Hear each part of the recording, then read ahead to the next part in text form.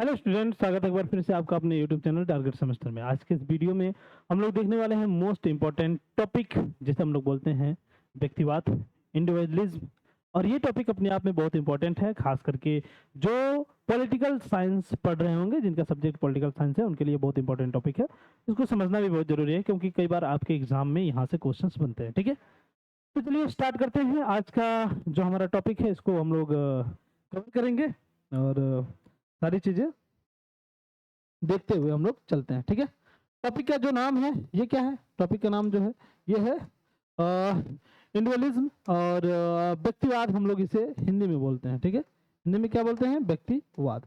ये विचारधारा कब आई, कैसे आई, इसके बारे में थोड़ा सा हम लोग चर्चा करेंगे। लेकिन इसके पहले मैं थोड़ा सा आपको कुछ और भी बातें बता दूं। थोड़ा स्लाइड्स में देख लेता हूँ, प्रस्तावना देख लेता हूँ, और उसके बाद आगे की चीजों को क्लियर करता हूँ। ठीक है, इस इकाई में आपको समसामयिक राजनीतिक सिद्धांत में चल रहे कुछ मुख्य वाद विवाद से परिचित कराया जाएगा, यानी उदारवादी, व्यक्तिवादी और समुदायवादी। ठीक है ना, इसमें उदारवाद का रेफरेंस लेते हुए व्यक्तिवाद और समुदायवाद को हम लोग समझेंगे। व्यक्तिवाद और समुदायवाद के बीच वाद विवाद 1980 के दशक में, यानी कि 1980 के दशक में माइकल सैंडल की पुस्तक liberalism and the limits of the justice, यानी कि एक व्यक्ति थे जिनका नाम है माइकल सैंडल। माइकल सैंडल ने एक पुस्तक लिखी थी। इस पुस्तक को लिखने के पीछे पर्पज क्या थी, इसके बारे में हम चर्चा करेंगे। लेकिन फिलहाल ये जानिए कि इन्होंने एक पुस्तक लिखी थी जिसका नाम था liberalism and limits of the justice. 1982 में इन्होंने लिखा था। इसके प्रकाशन के साथ ही राजनीतिक सिद्धांत के लिए ये खास हो गया। क्यों खास हुआ, अभी हम आपको बताएंगे। इस पुस्तक में सैंडल रॉल्सवादी, यानी कि जो जॉन रॉल्स हैं, जॉन रॉल्स हैं, रॉल्स, ठीक है ना, जॉन रॉल्स महोदय ने उदारवाद की सबसे सशक्त समालोचनाओं की ओर और अधिक परिभाषित करते हैं, जिसका आशय कथन जॉन रॉल्स की पुस्तक और थियरी ऑफ जस्टिस 1971 में आई थी। मतलब ऐसे समझिए, अब आपको यहाँ पे चीजें क्लियर होंगी कि एक व्यक्ति थे जिनका नाम था जॉन रॉल्स। जॉन रॉल्स ने एक सिद्धांत दिया था, व्यक्तिवाद से संबंधित सिद्धांत, वास्तविकता का सिद्धांत। ठीक है, उन्होंने दिया था। तो उन्होंने व्यक्तिवाद को इतना बढ़ा चढ़ा करके बता दिया कि व्यक्तिवाद ये होना चाहिए, व्यक्तिवाद वो होना चाहिए, व्यक्ति स्वतंत्र होना चाहिए, किसी भी प्रकार का उस पर बंधन नहीं होना चाहिए, और व्यक्ति की वास्तविकता वो है जब वो किसी भी संबंध में नहीं आता है। मतलब कि हमारी वास्तविक व्यक्तित्व वो है कि हमारा किसी से कोई रिलेशनशिप ना हो, वो व्यक्तित्व हमारा जो होता है वो वास्तविक व्यक्तित्व है। अगर इसके लिए हम अपने लिए लाभ हानि सब कुछ सोचते हैं, तो हमारा वास्तविक व्यक्तित्व यही होता है। और इसी की बात किसने की थी? जॉन रॉल्स महोदय ने की थी। और इन्होंने किस पुस्तक में की थी? तो 1971 में जो पुस्तक है अ थियरी ऑफ जस्टिस, इसमें इन्होंने की थी। मतलब साफ है कि एक व्यक्ति है जिनका नाम है जॉन रॉल्स महोदय।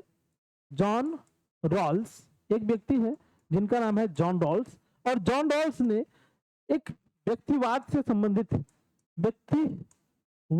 संबंधित सिद्धांत दिया था। वास्तविकता का सिद्धांत भी इसे कहा जाता है, वास्तविकता का सिद्धांत। ठीक है, वास्तविकता का सिद्धांत भी इसे कहा जाता है। कहीं कहीं अदर शब्दों का भी प्रयोग किया जाता है, ओरिजिनल पोजीशन भी इसे कहा जाता है। ठीक है, वास्तविकता का सिद्धांत जब इन्होंने दिया तो इन्होंने व्यक्तिवाद में बताया कि व्यक्ति का वह अस्तित्व जब किसी से भी, जब किसी भी प्रकार का कोई अन्य संबंध व्यक्ति का न हो, अन्य संबंध व्यक्ति का न हो, तो वह वास्तविक व्यक्ति होता है। तो वह वास्तविक व्यक्ति होता है। ठीक है, और जब वो वास्तविक व्यक्ति होता है, इसके लिए जब हम स्वतंत्रता की बात करते हैं,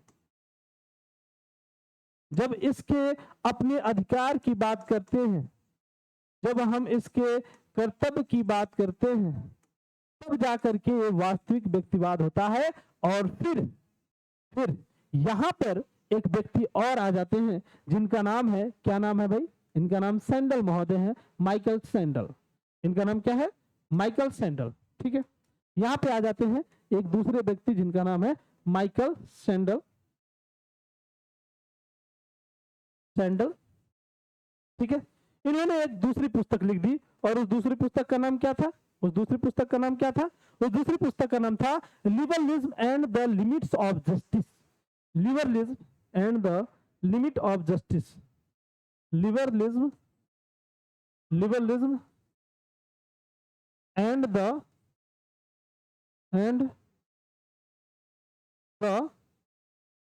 justice of justice of liberalism and limit of justice है। liberalism and the limit of justice, limit of justice, limit of justice, justice। अच्छा, ये पुस्तक जो थी ये 1982 में और ये पुस्तक 1971 में, ठीक है ना। इन्होंने जो पुस्तक लिखी, इन्होंने लिखी 1971 में, और इन्होंने जो पुस्तक लिखी, इन्होंने लिखी 1982 में, ठीक है। ये बाद में लिखी गई और ये पहले लिखी गई। और इस पुस्तक का क्या नाम था? इस पुस्तक का नाम था a theory of justice, a theory of justice, ठीक है ना। अ थ्योरी ऑफ जस्टिस, ठीक है, अ थ्योरी ऑफ जस्टिस। अब इन दोनों किताबों में हुआ क्या? और ये दोनों किताब जो कि एक जॉन रॉल्स महोदय की और एक सैंडल महोदय की है, दोनों के बीच में क्या चल रहा है? क्या खिचड़ी पक रही है? कुछ समझ नहीं आ रहा है। समझ नहीं आएगा। देखो कैसे, एक व्यक्ति है जो व्यक्तिवाद की बात करते हैं, लेकिन उस व्यक्तिवाद की बात करते हैं जब व्यक्ति का किसी भी प्रकार से किसी से कोई संबंध नहीं है, इतना भी नहीं पता है कि उसकी माता कौन है, उसके पिता कौन है, उसके भाई कौन है, उसके बहन कौन है, उसका समाज से क्या लेना देना है। ऐसी स्थिति में व्यक्ति अगर पहुंच जाता है तो उसके जो हक और अधिकार होते हैं, उसकी जो स्वतंत्रता होती है, उसके जो कर्तव्य होते हैं, अगर ऐसे सिचुएशन में उसे मिल जाए तो इसे हम लोग क्या बोलते हैं? इसे हम लोग व्यक्तिवाद बोलते हैं। और ये जॉन रॉल्स ने वास्तविकता का सिद्धांत दिया या फिर ओरिजिनल पोजीशन के बारे में बात की। इसी का आलोचना करते हुए सैंडल महोदय 1982 में एक किताब लिखते हैं, liberalism and the limits of justice. इन्होंने लिमिटेशन लगा दिया, कहा कि ऐसा कभी हो ही नहीं सकता। व्यक्ति हमेशा कहीं ना कहीं समुदाय से संबंधित होता है। वो किसी का पिता हो सकता है, वो किसी की माता हो सकती है, वो किसी का भाई हो सकता है, किसी की बहन हो सकती है, लेकिन व्यक्ति कभी भी स्वतंत्र अवस्था में नहीं रह सकता। और ये स्वतंत्र अवस्था की बात करते हैं, ठीक है।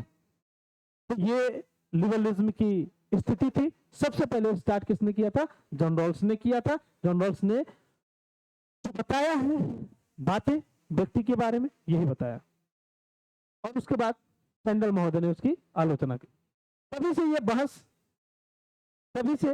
बहस किसी न किसी रूप में, तभी से यह बहस किसी न किसी रूप में राजनीति सिद्धांत के अत्यधिक अध्ययन की जानकारी देती रही है। दरअसल सामसाइक राजनीति सिद्धांत की मुख्य घटनाओं एवं विषय में कुछ तर्कों पर आधारित है जो इस विवाद से उत्पन्न होते हैं। अब यही बातें इंग्लिश में देख लेते हैं। The unit will introduce you to a key debates in contemporary political theory, liberalism and individualism and communitarism, ठीक है। The debate between individualism, the communitarisms become central of the politics theory of 1980 with the publications of the Michael Sandel's book Liberalism and Limits Justice 1982. In this book, Sandel further elaborated on the most powerful criticized Rawlson's liberalisms, which are expressed the John Rawls book, A Theory of the Justice, the most powerful Theory of Justice, 1971. Since then, this debate has in one from other informed the study of the political theory. Indeed, some of the key events of themes contemporary political theory based on arguments arising from its debate, ठीक है। यहां तक की बातें आपको clear हो चुकी होंगी। अब हम लोग आ जाते हैं व्यक्तिवाद और समुदायवाद की भावना को समझेंगे। लेकिन उससे पहले मैं आपको थोड़ा सा उदारवाद की बात कर दूं, क्योंकि उदारवाद जब तक नहीं समझेंगे तब तक व्यक्तिवाद को समझना अपने आप में एक चैलेंजिंग होगा, ठीक है, एक चैलेंजिंग बात होगी। यहाँ पे पहले इस बात को हम समझा लें, उसके बाद उदारवाद के बारे में थोड़ा सा रेफरेंस देते हुए हम आगे की तरफ बढ़ते हैं। ठीक है, व्यक्तिवाद और समुदायवाद के बीच बहस को केंद्र में सवाल है, क्या न्याय संगत राज्य इस दृष्टिकोण से बनाया जाना चाहिए कि लोगों के कल्याण को प्रोत्साहन मिले, अथवा इस दृष्टि से बनाया जाना चाहिए कि एक आदर्श समुदाय को यथार्थ रूप कैसे प्रदान करे। क्या राजनीतिक वास्तविकता उन व्यक्तियों के फैसले और कार्रवाइयों द्वारा आकार प्रदान की जाती है जिनको समुदाय के बंधनों से दूर रखकर अलग खड़े लोगों के रूप में परिभाषित किया जाए, अथवा सामाजिक प्राणियों द्वारा आकार प्रदान की जाए जिसकी पहचान और व्यवहार को उन सामाजिक समूह और समुदाय द्वारा परिभाषित किया जाता है जिनसे वे संबंध रखते हैं। दूसरे शब्दों में राजनीतिक विश्लेषण की मूल इकाई व्यक्ति है या समुदाय। तो वास्तव में अगर देखा जाए तो व्यक्तिवाद के अंतर्गत हम किसी समुदाय को पढ़ें या फिर किसी व्यक्ति को पढ़ें, यह एक क्वेश्चन है। अब इस क्वेश्चन का आंसर हम लोग आगे ढूंढते हुए चलेंगे। ठीक है, आगे बढ़ जाते हैं। यहाँ पे हम व्यक्तिवाद और समुदायवाद को पढ़ेंगे, लेकिन उससे पहले मैं आपको उदारवाद की थोड़ी सी झलक दिखा देता हूँ। उदारवाद एक ऐसी विचारधारा जो समय के साथ अपने स्वरूप को बदलती रही। समय के साथ आवश्यकता पड़ने पर जब नीड्स होती है आवश्यकता पड़ने पर अपने स्वरूप को बदलती रही। इसका एग्जांपल हम अभी देंगे, लेकिन यह एक ऐसी विचारधारा है जो समय पर अपने स्वरूप को बदलती रही। हम बताएंगे कब बदली है अपने स्वरूप को, लेकिन उससे पहले मैं आपको बता दूं कि इसके जो प्रणेता इसको जो सबसे पहले लेकर के आए हैं तो जॉन लॉक महोदय लेकर के आए हैं। उसके बाद इसको मानने वाले में जेरेमी बेंथम है।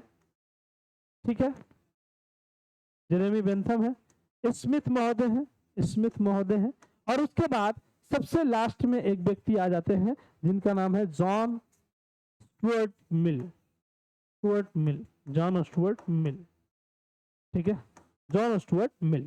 ठीक है, अब जॉन लॉक इसके प्रणेता हैं और इनके जनक भी हैं। ठीक है, और स्मिथ इनको मानने वाले हैं, जॉन स्टुअर्ट मिल भी मानने वाले हैं। लेकिन ये दोनों लोग जब बात करते हैं तो नकारात्मक उदारवाद की बात करते हैं, और ये जब बात करते हैं तो ये सकारात्मक उदारवाद की बात करते हैं।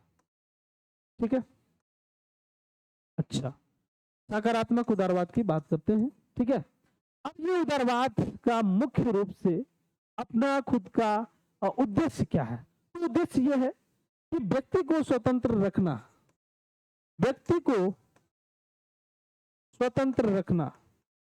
कैसे रखना?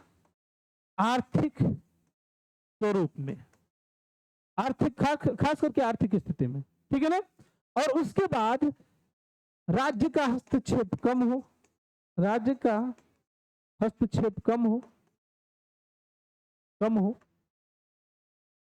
ठीक है, क्लियर है?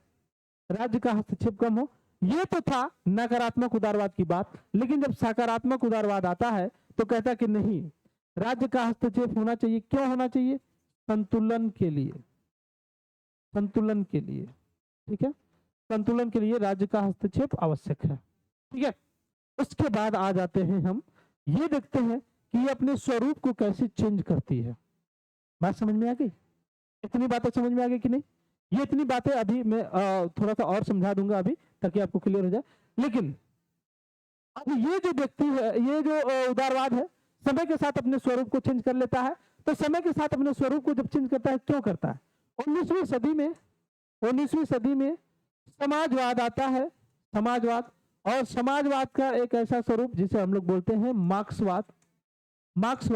ये इतना लोकप्रिय होता है कि जो ये उदारवाद था, ये कभी पूंजीवाद को सपोर्ट करता था, और ये पूंजीवाद का पर्याय माना जाता था। इसने अपने स्वरूप को चेंज करके ये समाजवाद को सपोर्ट किया और मजदूर वर्ग को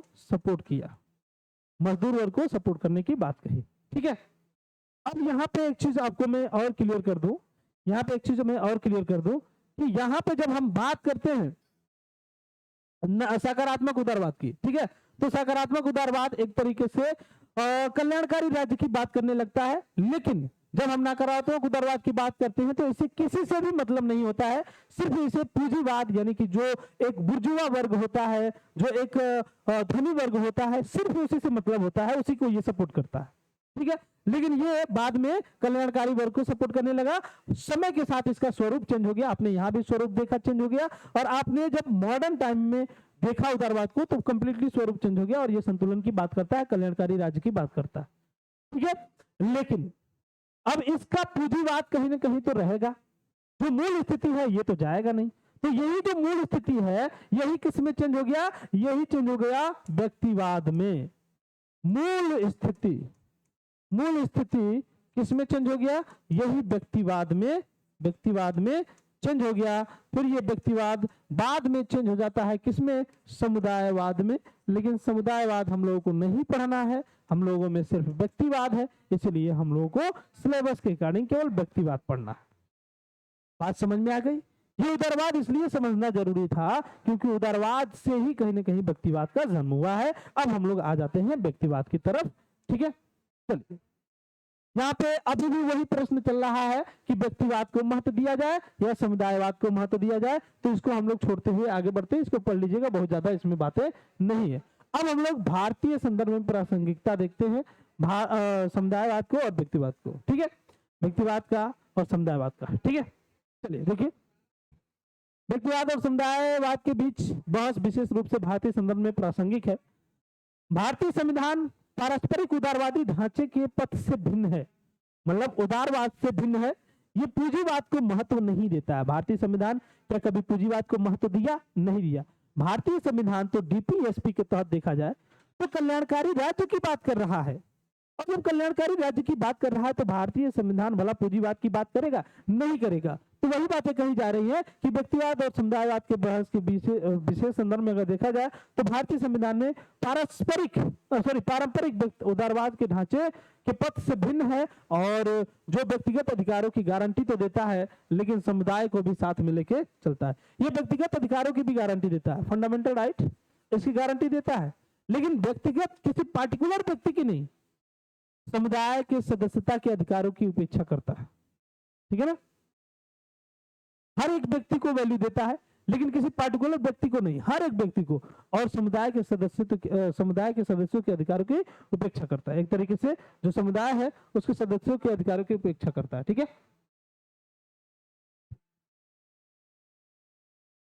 लेकिन आगे हम देखते हैं वह व्यक्तिगत स्वायत्तता और समुदाय सदस्यता के दोहरे आदर्शों का अनुमोदन भी तो करता है और स्वीकार करता है।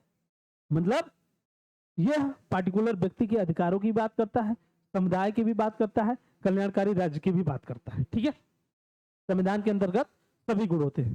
संविधान में व्यक्तिगत नागरिक अधिकारों व स्वतंत्रताओं की गारंटी और सभी समुदायों के लिए समान आदर का सिद्धांत दोनों है।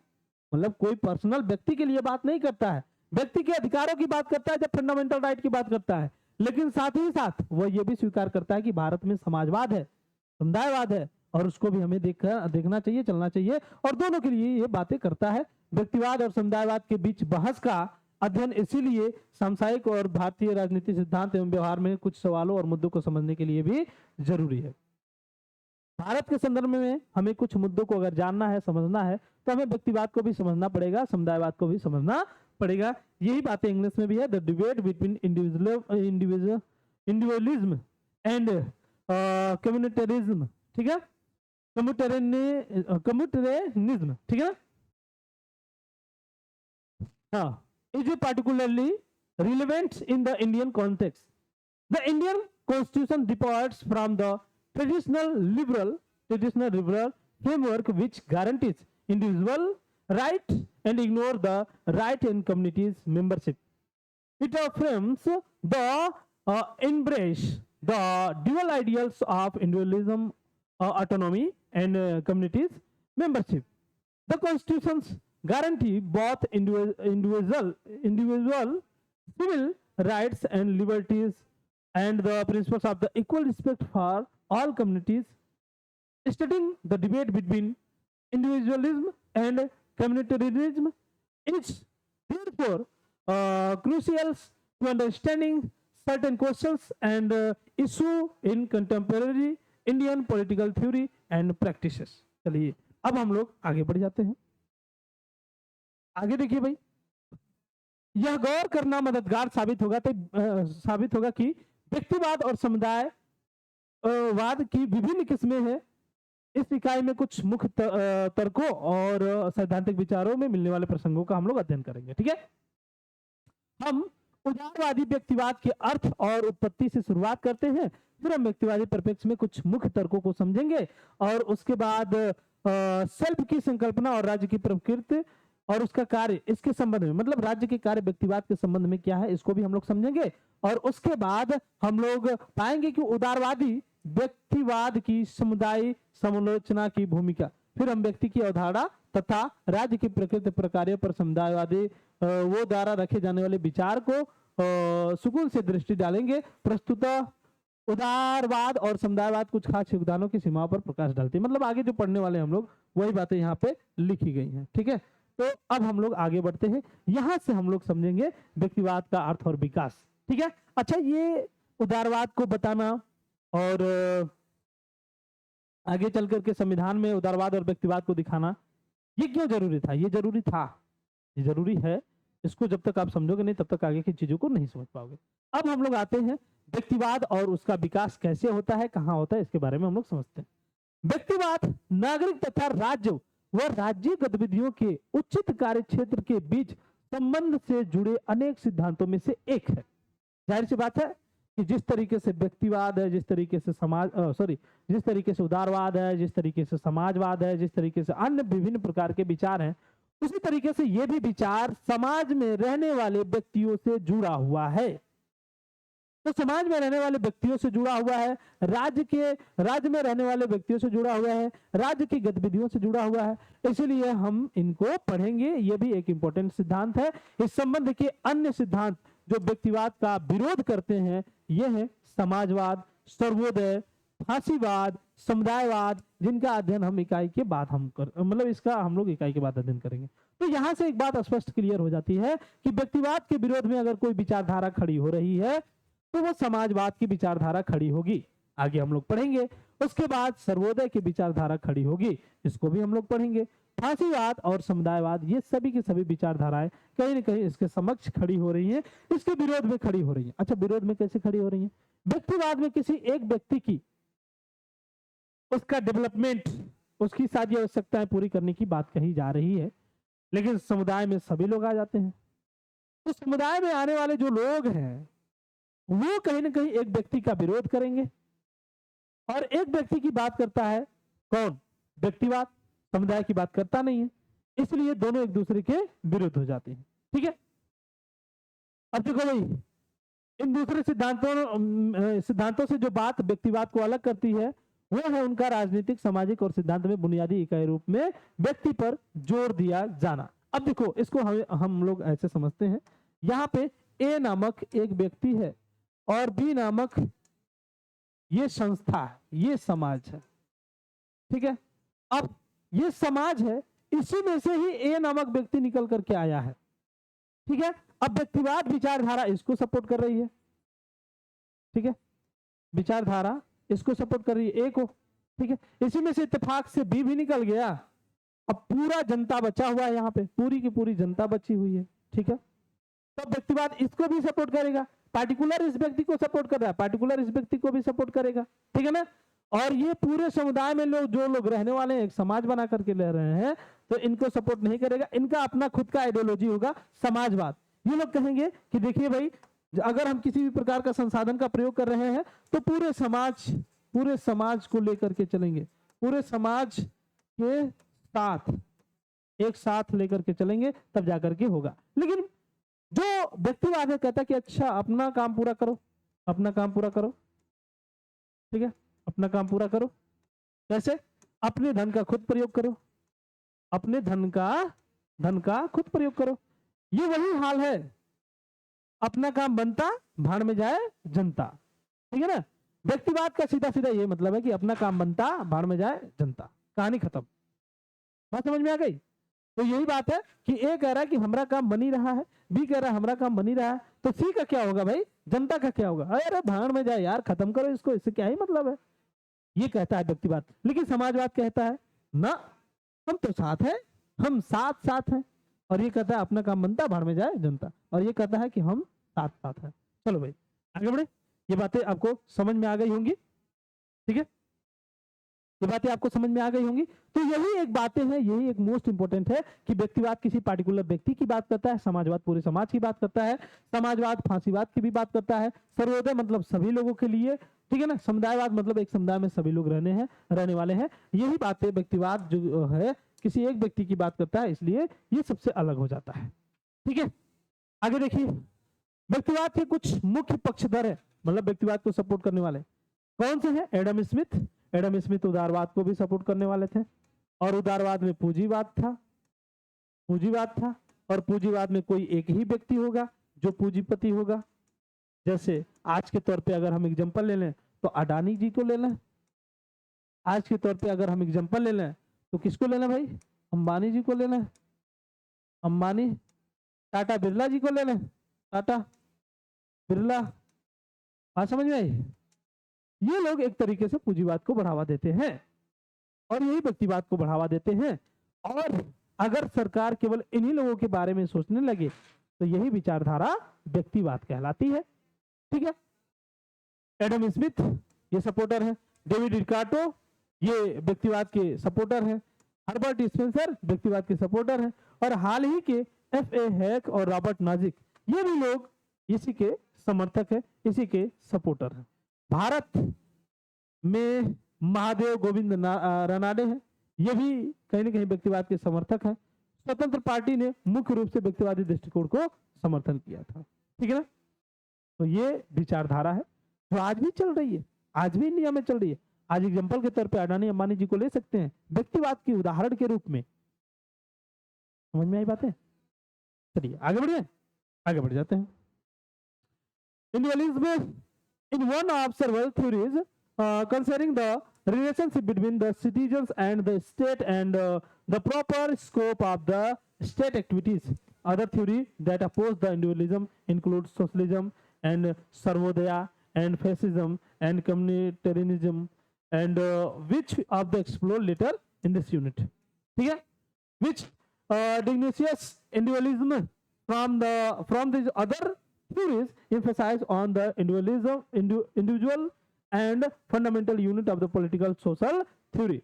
Some of the major proponents of individualism include Adam Smith, David Ricardo, Herbert Spencer, and more recently F.A. Hayek and Robert Nozick. ये लोग भी सपोर्टर हैं। और भारत में गोविंद रनाडे जी, ठीक है ना, महादेव गोविंद रनाडे, ये सपोर्टर है।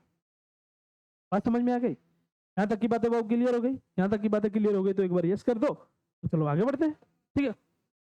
आगे बढ़ जाओ, आगे बढ़ जाते हैं। तो यहाँ पे है परमाणुवाद और सुव्यवस्थित व्यक्तिवाद, बहुत इंपॉर्टेंट सिद्धांत है जो कि व्यक्तिवाद से संबंधित है। जैसे परमाणु स्वतंत्र अवस्था में रह सकता है, स्वतंत्र अवस्था में रह सकता है, अवस्था स्वतंत्र अवस्था में रह सकता है। चलिए मोस्ट इंपोर्टेंट बातें बताते हैं। परमाणुवाद इसको क्यों कहा गया? परमाणु स्वतंत्र अवस्था में रह सकता है, रह सकता कि नहीं? स्वतंत्र अवस्था में, स्वतंत्र अवस्था में रह सकता है, बिल्कुल ठीक है। परमाणु एक इकाई है, ठीक है, परमाणु से मिलकर अणु बनता है, ठीक है। परमाणु अपने आप में मुक्त होता है, ठीक है। ये सब के सब लक्षण किसके हैं? ये सब के सब लक्षण हैं परमाणु के। अब इसी को एक मानव से जोड़ दो, एक व्यक्ति से जोड़ दो, हो गया कि नहीं हो गया? हो गया? समझ में आया? कुछ समझ में आ गया? देखो, व्यक्तिवाद की अवधारणा उदारवादी राजनीतिक चिंतक के मुख्य लक्षणों में से एक है। मतलब अगर हम व्यक्तिवाद की बात करें तो उदारवादियों के जो लक्षण है उनमें से एक है व्यक्तिवाद, एक है व्यक्तिवाद, और राजनीतिक चिंतन के मुख्य मुख्य लक्षणों में से एक है, अन्य है स्वरमुक्तिवाद, समतावाद, धर्मनिरपेक्षवाद तथा सार्वजनिक व निजी के बीच में पृथक्करण। मतलब स्वरमुक्तिवाद के बीच में पृथक्करण कर दिया जाए, मतलब अलग अलग कर दिया जाए, समतावाद में अलग अलग कर दिया जाए, धर्मनिरपेक्ष में अलग अलग कर दिया जाए। इन सभी के बीच में जो पृथक्करण करने का काम करता है वही तो होता है उदारवाद, और उदारवाद का दूसरा स्वरूप व्यक्तिवाद। ठीक है, व्यक्तिवाद की धारणा विचारों, व्यवहारों और सिद्धांतों की व्यापक विविधता को समाविष्ट करती है। व्यक्तिवाद की धारणा विचारों, व्यवहारों, इन सभी की जो भी चीजें हैं, व्यापक विविधता सभी को एक काम करती है, मतलब एक में समेट लेती है। जैसे अगर हम बात करें, एक व्यक्ति के कुछ विचार होंगे, एक व्यक्ति के कुछ व्यवहार होंगे, एक व्यक्ति के कुछ सिद्धांत होंगे, और एक व्यक्ति के कुछ और भी सारी चीजें होंगी जिनको एक ही में समेट लेने का काम करती है व्यक्तिवाद नामक विचारधारा। ठीक है, यहां तक की बातें क्लियर हो चुकी। चलिए अब हम लोग आगे बढ़ जाते हैं, इसी बात को इंग्लिश में देख लेते हैं।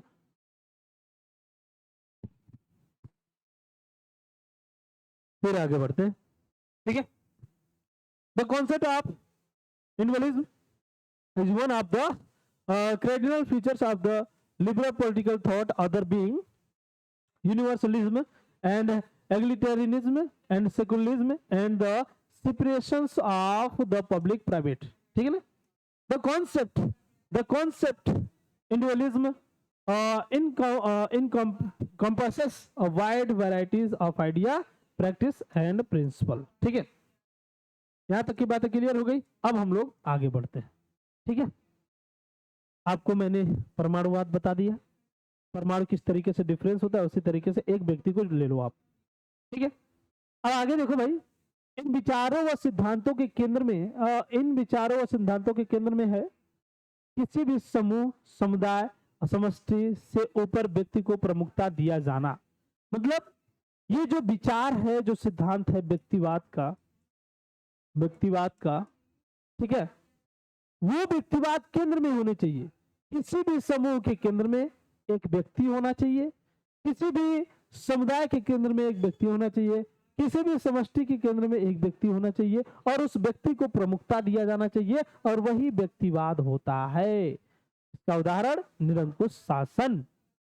ठीक है, आगे देखिए भाई, व्यक्ति को अपने आप में एक साध्य माना जाता है, जबकि राजनीतिक, आर्थिक, सामाजिक संस्थाओं को उस साध्य हेतु महज एक साधन। मतलब एक व्यक्ति साध्य है, वो उपभोग करेगा, साधन का प्रयोग करेगा। कौन से साधन का प्रयोग करेगा? ये राजनीति जैसे साधन का प्रयोग करेगा, ये आर्थिकता जैसे साधन का प्रयोग करेगा, सामाजिक संस्थाओं जैसे साधन का प्रयोग करेगा। बात समझ में आई? व्यक्तिवाद कहता है कि कोई एक व्यक्ति है, पार्टिकुलर व्यक्ति, व्यक्तिवाद विचार के हिसाब से वो व्यक्ति राजनीति को अपने प्रयोग में लाकर आएगा। राजनीति उसके लिए एक साधन है, आर्थिक जो चीजें हैं उसके लिए एक साधन है, और सामाजिक जो चीजें हैं उसके लिए एक साधन है।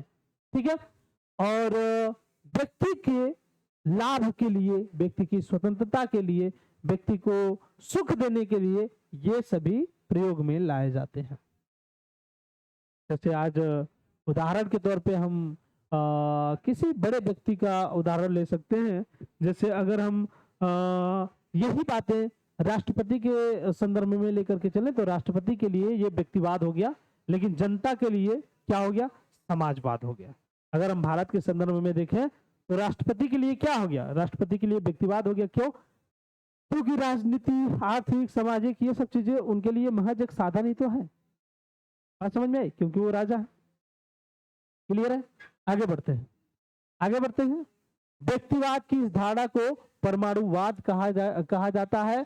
उन लक्ष्यों की पूर्ति हेतु व्यक्तियों द्वारा स्थापित समाज संबंधी एक दृष्टिकोण जो मुख्य रूप से व्यक्ति परक होते हैं और जो पहले से ही होते हैं अथवा सामाजिक जीवन की किसी भी विशिष्ट रूप से पूर्व में आते हैं। मतलब जिस तरीके से व्यक्ति के लिए विभिन्न प्रकार की चीजों का व्यवस्था किया जाता है, व्यक्ति के लाभ के लिए, व्यक्ति के स्वतंत्रता के लिए, व्यक्ति के विभिन्न कार्यों के लिए। तो ये एक तरीके का परमाणुवाद है और ये पहले से होती है चीजें और चलती चली जाती है। व्यक्तिवाद किसी भी राजनीतिक सिद्धांत अथवा सामाजिक व्याख्या के प्रति व्यक्ति की केंद्रिकता विषय सिद्धांत का भी संकेत करता है। व्यक्तिवाद किसी भी राजनीतिक सिद्धांत अथवा सामाजिक व्याख्या के प्रति व्यक्ति की केंद्रिकता विषय सिद्धांत में भी वो कहता है, संकेत करता है। मतलब ऐसे समझे हम कि राजनीति एक विषय है, लेकिन राजनीति किसके लिए की जाएगी? एक व्यक्ति के लिए की जाएगी। राजनीति एक साधन है, उसका प्रयोग कौन करेगा? एक व्यक्ति करेगा। ठीक है, आगे देखते हैं। आगे देखते हैं, इस सिद्धांत को सुव्यवस्थित व्यक्तिवाद भी कहा जाता है। एक सिद्धांत जो यह दावा करता है कि सामाजिक विज्ञान अथवा इतिहास में ऐसी कोई व्याख्या नहीं है जो व्यक्तियों, उनके विशेष गुणों, लक्ष्यों, विश्वासों और कार्यकलापों संबंधित तथ्यों व लक्षणों पर आधारित न हो। मतलब अब इसको थोड़ा सा समझिए। ये जो केंद्रीयता की बात करता है, केंद्रिकता की बात करता है, केंद्र में व्यक्ति को रखता है, ये सुव्यवस्थित व्यक्तिवाद की बात करता है। सुव्यवस्थित व्यक्तिवाद का मतलब जितने भी व्यवस्थाएं की जाए वो किसी पार्टिकुलर व्यक्ति के लिए किए जाए, यही व्यक्तिवाद है और यही सुव्यवस्थित व्यक्तिवाद है। और ये भी कहा जा रहा है, ये भी कहा जा रहा है कि सुव्यवस्थित व्यक्तिवाद कहा जाता है एक सिद्धांत जो यह दावा करता है कि सामाजिक विज्ञान, मतलब सामाजिक विज्ञान को अगर हम लोग देख लें, इतिहास को देख लें, ऐसी कोई व्याख्या नहीं है जो व्यक्तियों, उनके विशेष गुणों, लक्ष्यों, विश्वासों और कार्यकलापों संबंधित तथ्यों व लक्षणों पर आधारित न हो। मतलब ये कह रहा है, इस चीज को थोड़ा सा समझना बहुत जरूरी है। ये कह रहा है कि अगर हम सुव्यवस्थित व्यक्तिवाद को देखें तो इतिहास में यह एक ऐसा सिद्धांत है जो दावा करता है कि सामाजिक विज्ञान को पढ़ लीजिए, इतिहास को पढ़ लीजिए, इसमें ऐसी कोई व्याख्या नहीं है जो व्यक्तियों, उनके विशेष गुणों, लक्षणों और कार्यकलापों संबंधित तथ्यों, लक्षणों पर आधारित न हो। मतलब यह है कि सारी चीजें जो कुछ भी होती हैं, ये ऊपर की जितनी भी चीजें हमने बताई, ये व्यक्तियों के लिए ही होती है या फिर व्यक्तियों पर ही आधारित होती हैं। ठीक है, आगे देखिए। दूसरे शब्दों में सामाजिक समुदायों अथवा व्यवहार के संपूर्ण प्रतिमानों की व्याख्या हमेशा व्यक्ति के संबंध में ही की जानी चाहिए। ठीक है ना, ये सब के सब चीजें किसके संबंध में की जानी चाहिए? व्यक्ति के संबंध में। ठीक है, at the heart of ideas and theory is primacy of individualism over any group, communities or collective.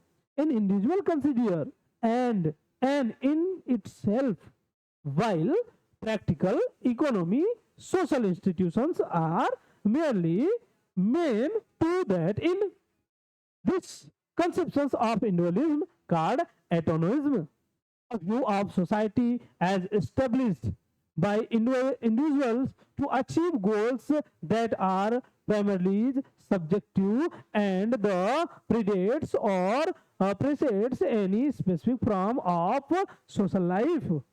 Individualism also refer to the principle of the centralities of the individual to any political theory or social explanation. This principle is also called systematic individualism, a theory that asserts that there is no explanation in social science, in history, that is not based on a fact that characteristic about individual, their specific qualities, goal, benefits, and activities.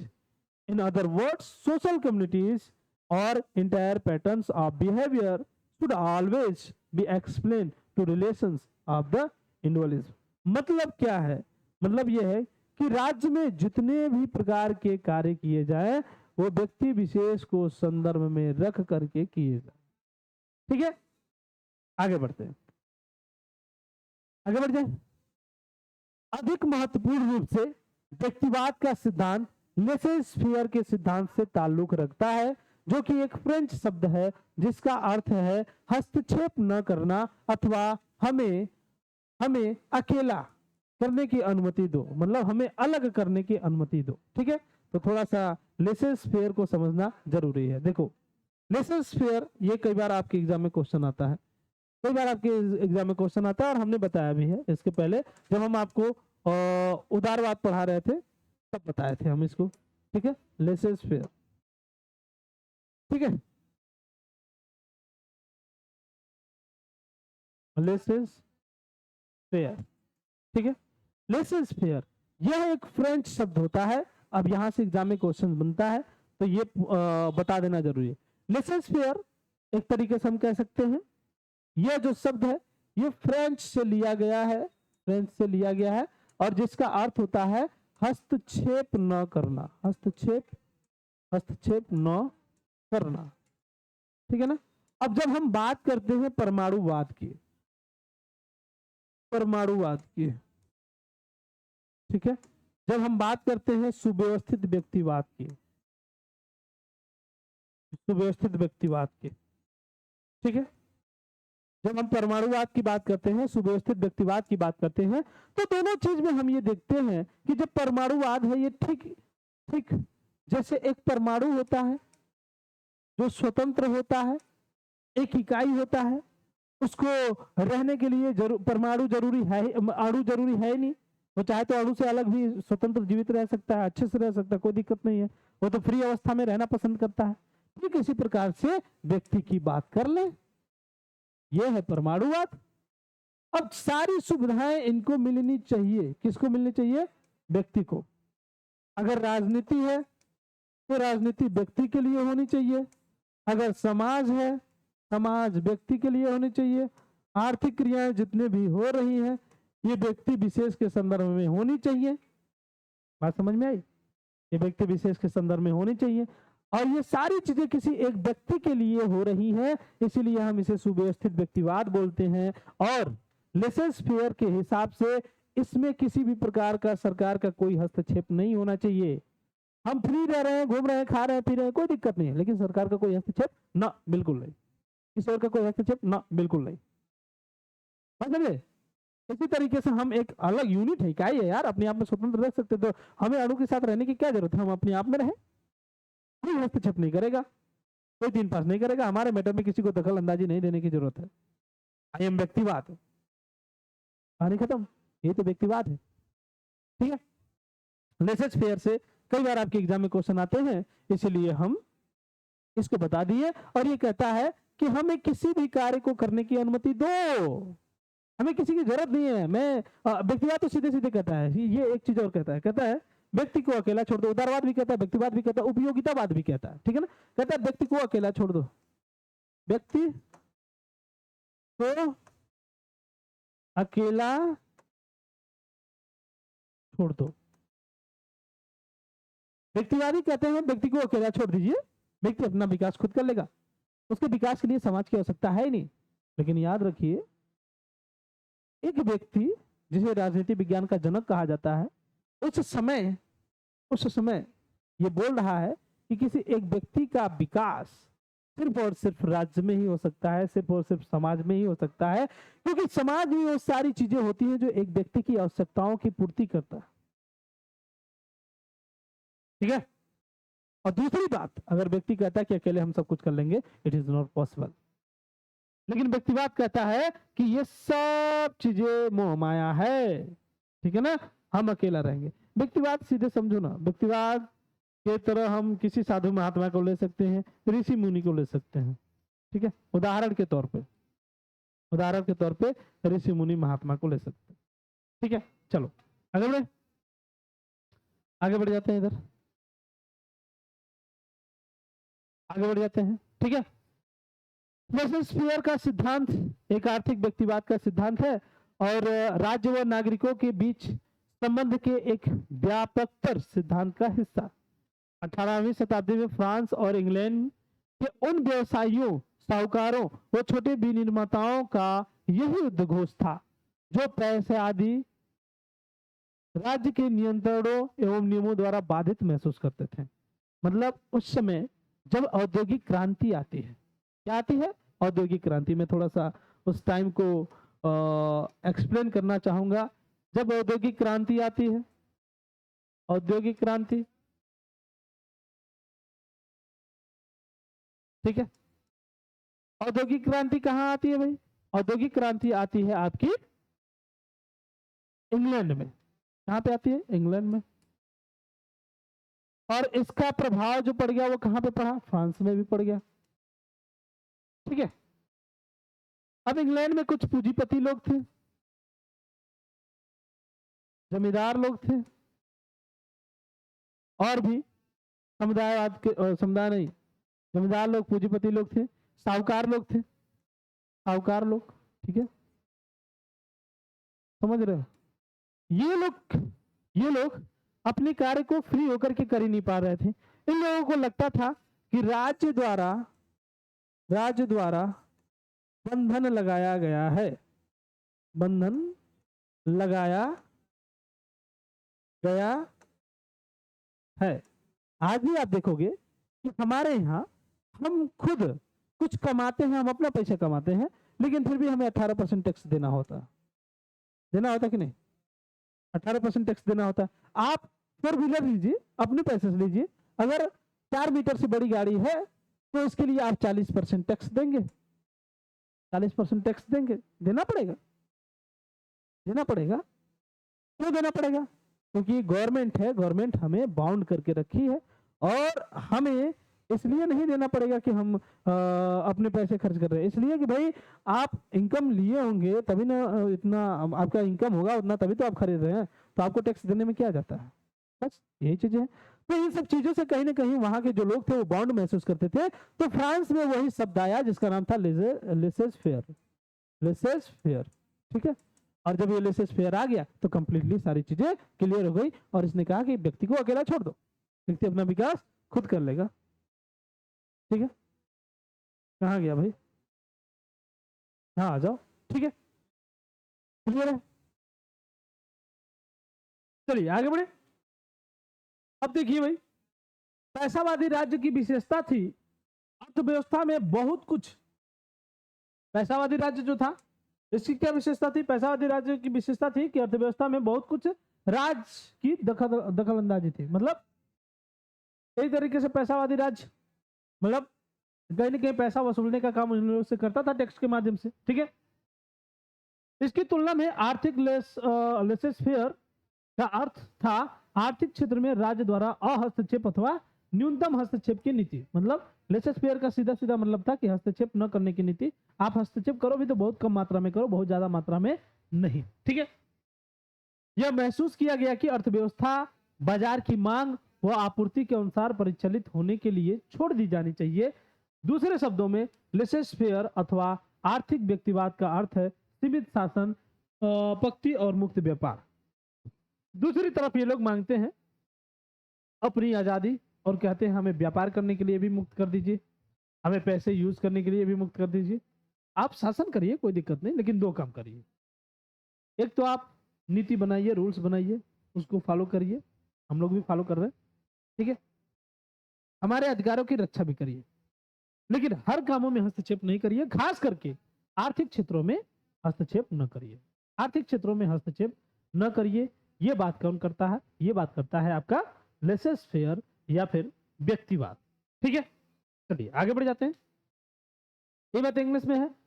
More importantly the principle of individualism is linked to the principles of laissez-faire, of French terms meaning no interference or allow us to do what we want.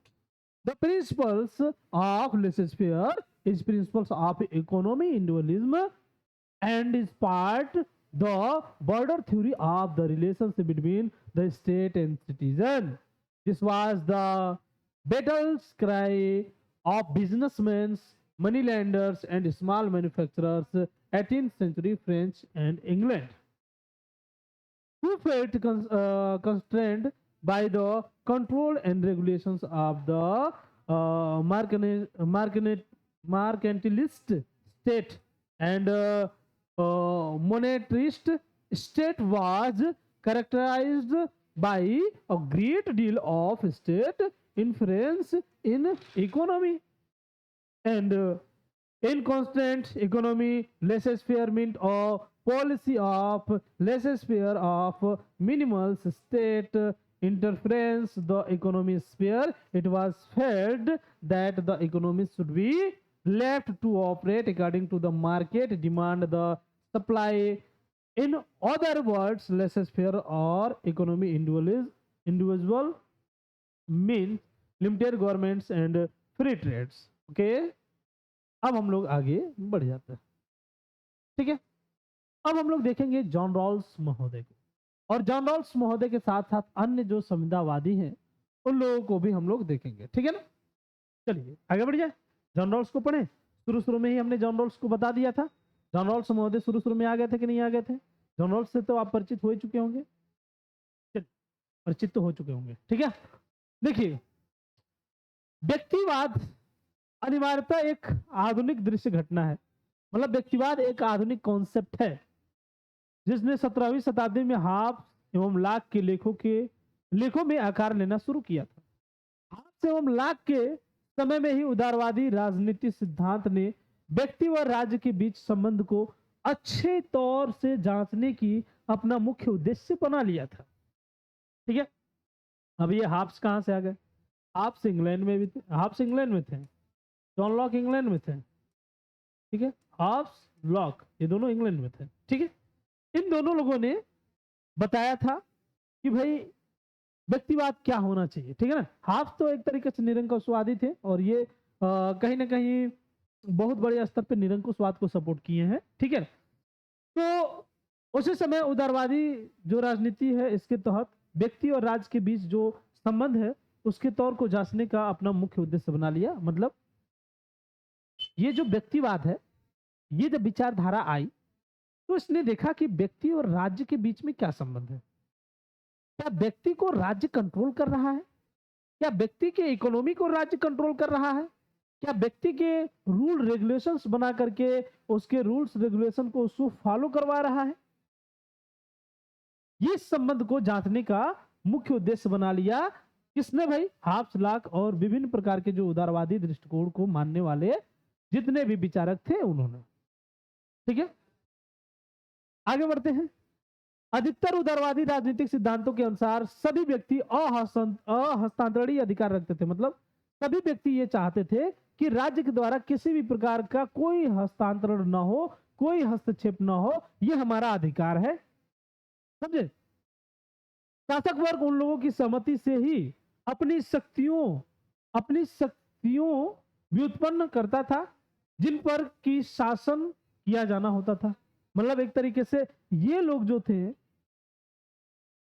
हाँ ये लोग जो थे, इन लोगों के पास अपनी खुद की कुछ न कुछ पावर्स तो थी। अब भाई पूंजीवाद की तरफ है, पूंजीवाद है तो पूंजीवाद में इन लोगों के पास पैसे हैं तो इन लोगों के पास कुछ तो पावर है।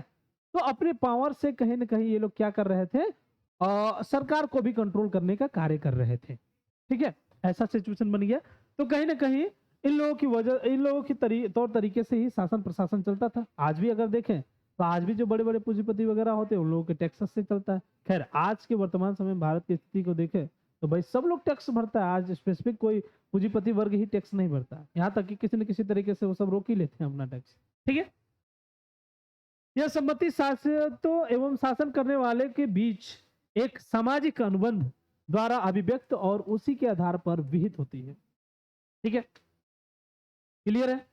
मतलब एक तरीके से सरकार और व्यक्ति के बीच में क्या बनेगा, एक सामाजिक अनुबंध बनेगा और इसी अनुबंध के तहत सारी चीजें चलती रहेंगी।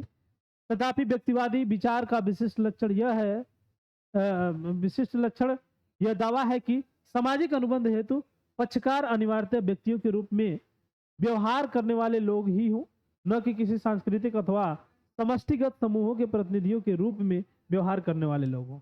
मतलब किसी भी प्रकार के सांस्कृतिक अथवा समूह के लोग, मतलब किसी भी प्रकार के समूह के लोग, उसके जो हेड है वो किसी भी प्रकार का अनुबंध ना करे, वो किसी प्रकार का संबंध स्थापित ना करे, बल्कि एक पार्टिकुलर जो व्यक्ति है ये लोग अपना संबंध स्थापित करें।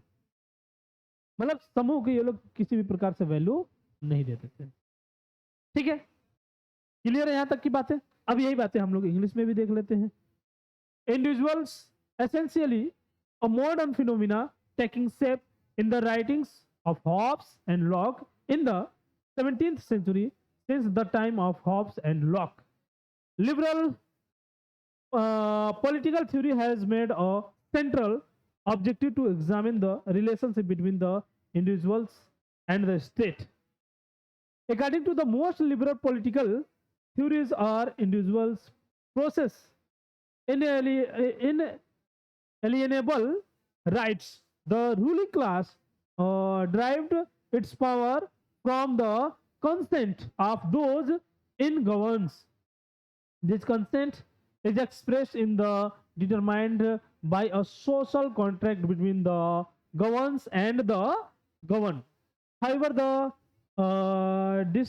distinctive features of individualist through it is claimed that the parties to a social contract must necessarily be individual, behaving as an individual, not representative of cultural. Okay, आगे बढ़ते हैं, आगे बढ़ते हैं।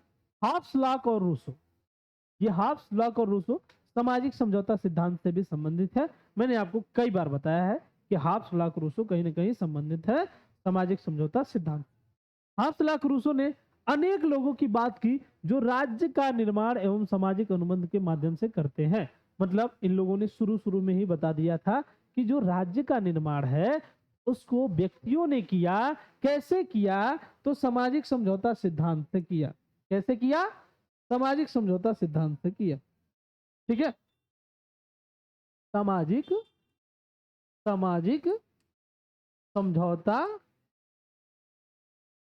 समझौता सिद्धांत से। ठीक है, सामाजिक समझौता सिद्धांत से किया। ठीक है, कैसे भाई? इन्होंने बताया कि एक व्यक्ति ए जो बहुत ताकतवर था, एक व्यक्ति बी भी ताकतवर था, लेकिन सी में कमजोर लोग थे और बहुत ज्यादा संख्या में थे। मतलब जनता थी। कौन थी? जनता। ठीक है, ये जनता थी। अब ए क्या करता है? किसी कारणवश जनता को प्रताड़ित कर रहा है। अब ये दोनों लगभग सिमिलर हैं। ठीक है, अब ये इनसे कॉन्ट्रैक्ट करते हैं, संविदा करते हैं। ठीक है, कहते हैं कि देखो बाबू, तुम इसके थोड़ा सा सिमिलर हो, ये भी मोटा है, तुम भी मोटे हो। अब देखो ये हम लोगों को काफी परेशान कर रहा है, हम लोग दुबले पतले लोग जाए कहाँ, समझ नहीं आ रहा है क्या करें यार। अब हम लोग मिल करके मारने के लिए तो मार देंगे, लेकिन कभी अकेले बैठा गए तो क्या करेगा? हम लोग 2-4 लोग अगर मिल करके मार दे, लेकिन चारों में से कब वो अकेला मिल गया तो क्या करेगा भाई? तोड़ ताड़ के रख देगा है। इसलिए देखो भैया, तुम अकेले उससे निपट सकते हो, हम देखो इतने लोग मिल करके हम आपको दे रहे हैं। ये देखो हमारे बीच संविदा है कि हम आपको कुछ देते रहेंगे, महीने कुछ देते रहेंगे, आप इससे लड़ो यार, हमें बचाओ। हाँ, ये संविदा हुआ तो धीरे धीरे ये चीजें डेवलप हो गई, किसमें? स्टेट के रूप में। और एक टाइम के बाद ये बन गया क्या? किंग बन गया, राजा बन गया, और ये रूल करने लगा इस पे, ये रूल करने लगा, राज करने लगा। ठीक है, और ये बेचारा विलन बन गया। ठीक है, ये बेचारा विलन बन गया और ये राज करने लगा। ठीक है, तो इसीलिए इन्होंने कहा कि मानव के द्वारा निर्मित किया गया है राज्य। राज्य एक जो है मानव निर्मित संस्था, इसीलिए इन्होंने कहा कि राज्य एक मानव निर्मित संस्था है। मानव निर्मित संस्था है। ठीक है, क्लियर है? क्लियर है? यही बातें इन्होंने कही थी। तो यही बात है, ये यहाँ पे देखिए, यहाँ पे देखिए, हाफ्स लॉक रूसो ने अनेक लोगों की बात की। वही जो अनेक लोग जो सी में थे, अनेक लोगों की बात की जो राज्य निर्माण का एक सामाजिक अनुबंध के माध्यम से करते हैं। मतलब राज्य का निर्माण सामाजिक अनुबंध से करते हैं। ठीक है, आगे देखिए, साफ तौर पर व्यक्ति व राज्य के बीच मध्यस्थ संघों और समूहों को न लाने की बात कहते थे। और उन्होंने कहा कि उस समय जब के अनुबंध हुआ था ना, तो किसी भी प्रकार का संघ का बात नहीं किया गया था, किसी भी प्रकार के समूह की बात नहीं की गई थी। तो कहां से ये सब आ गया भाई? बीच में ऐसा कुछ है ही नहीं, आना ही नहीं चाहिए। व्यक्तिवादियों का ये तर्क है। वस्तुतः रूसो ने दृढ़ता से कहा कि आम इच्छा यथार्थ रूप से व्यक्त की जानी चाहिए। यह तो जरूरी है कि राज्य के भीतर कोई सहायक समूह न हो। भाई आम लोगों की इच्छा की बात की जाए नहीं चाहिए, बिचौलिया कोई आना ही नहीं चाहिए, चाहे वो किसी भी प्रकार का समूह हो, किसी प्रकार का कुछ भी हो, आना ही नहीं चाहिए। बात समझे कि नहीं? आना ही नहीं चाहिए, जब नहीं आना चाहिए तो नहीं आना चाहिए, बात खत्म है।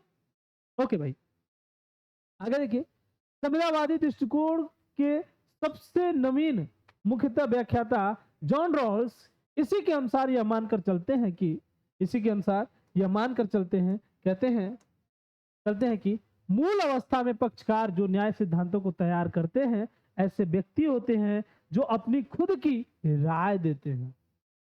मतलब जब मूल अवस्था थी, ये वाली अवस्था, ये वाली अवस्था, ये वाली, अरे कहाँ गया, ये वाली अवस्था, इस वाली अवस्था में पूरा समाज नहीं गया था भाई, पूरा समाज नहीं गया था।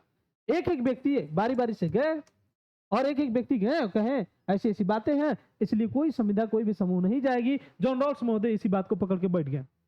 जॉन रॉल्स महोदय इसी बात को पकड़ के बैठ गए, कहेंगे देखो भाई, देखो देखो देखो, जब जब मूल अवस्था में पक्षकार जो न्याय सिद्धांतों को तैयार करते हैं ऐसे व्यक्ति होते हैं जो अपनी खुद की राय देते हैं, कोई समूह नहीं होता है, कोई किसी प्रकार का कोई संगठन नहीं होता है, तो ये सब बीच में संगठन समूह ये सब चीजें कहां से आ गई, कहीं आनी ही नहीं चाहिए। व्यक्ति और राज्य के बीच की बात है, राज्य ज्यादा हस्तक्षेप नहीं करेगा व्यक्ति के बीच में, ठीक है ना।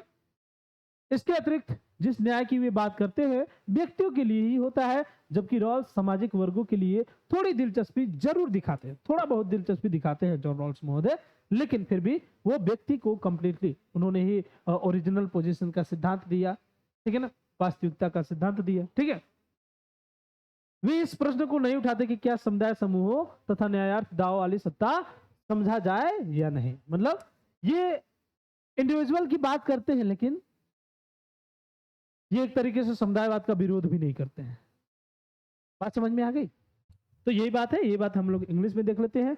Hobbes, Locke and Rousseau, among many other, argue for a creation of the state through a social contract and explicities advocated for the exclusions of intermediaries, association and group between individual and the state.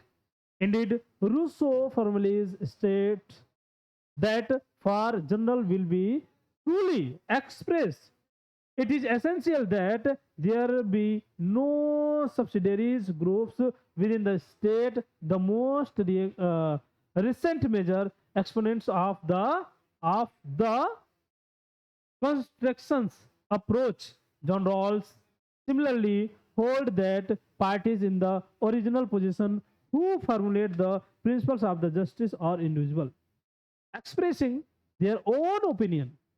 Furthermore, the justice they speak of applies exclusive to individuals, while Rome does so some interest social classes. He does not raise the questions of whether communities group should be considered intensity with claim of justice। ठीक है, अब देखो भाई, कल के lectures में हम लोग उपयोगितावादों के विचार पढ़ेंगे, क्योंकि ये जो व्यक्तिवाद है, व्यक्तिवाद ही कहीं ना कहीं उपयोगितावाद के रूप में बदलती हुई चले। ठीक है, तो आज के क्लास को यहीं पे समाप्त करते हैं, मिलते हैं नेक्स्ट क्लास में, तब तक के लिए टाटा बाय बाय।